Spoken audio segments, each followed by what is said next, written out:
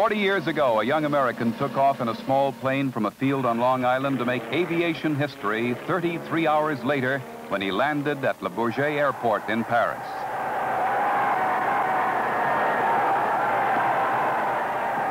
The French crowds went delirious over the tall young pilot. Indeed, the whole world was electrified when news of the first non-stop flight across the Atlantic was flashed around the globe.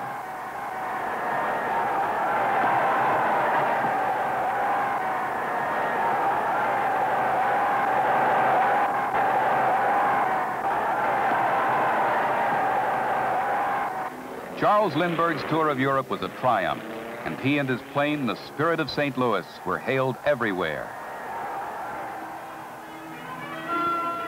Then, 40 years later, a replica of the Lindbergh plane is in the forefront of the American exhibit at the 27th Air Show in Paris.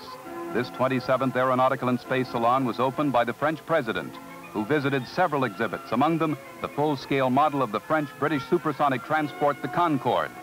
It was among the 200 different planes and helicopters, as well as scores of space satellites and rockets of the 17 nations, taking part in this biennial exhibition. In the French pavilion, there were several satellites, some of which had already been launched from the Sahara. Others will be launched from the new Space Center in Guyana.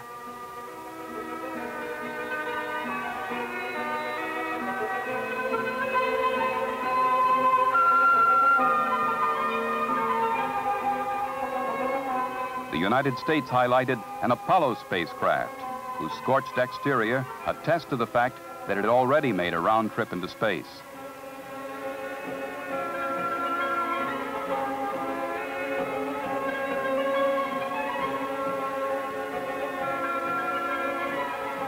The president not only saw the Apollo spaceship, but also met two of the American Gemini astronauts, Michael Collins and David Scott.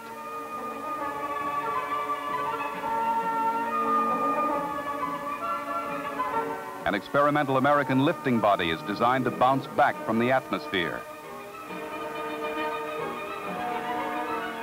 The Russians also showed for the first time a full range of their rockets used in telecommunications, including the giant 12-ton Proton, largest satellite ever launched. The multiple booster rocket, the Vostok. Among the Russian helicopters were the Mi-6 and Ka-25. While the Americans had on hand two heavy cargo helicopters, the CH-46 and 47.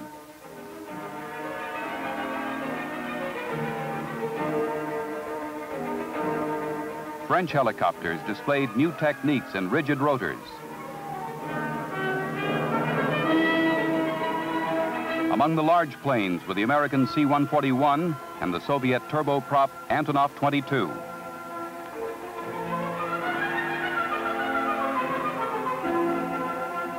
Some small planes were experimental, such as this French one.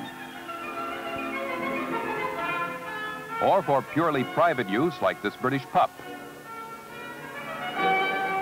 There were scores of military planes, the French Mirage 4. The Franco-British tactical support, Jaguar. The Swedish trainer, Saab 105. And the star of the military show, the American F-111, first plane of variable geometry to fly. But nearby was a rival, Dassault's Mirage 3G, also with movable wings, which allows the plane to fly at both subsonic and supersonic speeds. The Mirage 3G will be test flown this year.